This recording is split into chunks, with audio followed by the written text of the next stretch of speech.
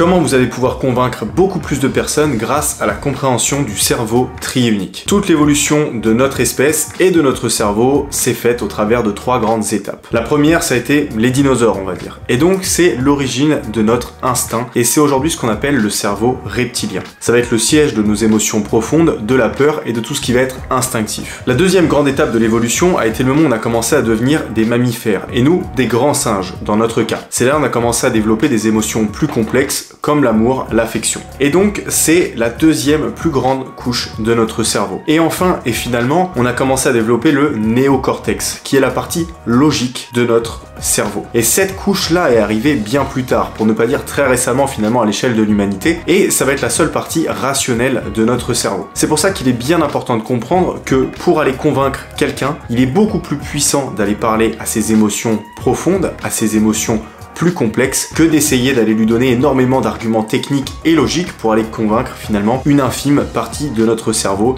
celle qui n'est apparue qu'en dernier lieu. Donc lorsque vous voulez convaincre quelqu'un, vendre vos prestations ou vos services, cherchez déjà à comprendre vraiment les intentions et les émotions qui l'animent afin de pouvoir adapter votre discours et lui vendre de l'émotion et ensuite finir de le convaincre grâce à de la logique. Et surtout pas l'inverse, car souvenez-vous, les gens achètent grâce à leurs émotions et se justifient ensuite leurs achats grâce à la logique. Si vous en voulez plus, abonnez-vous!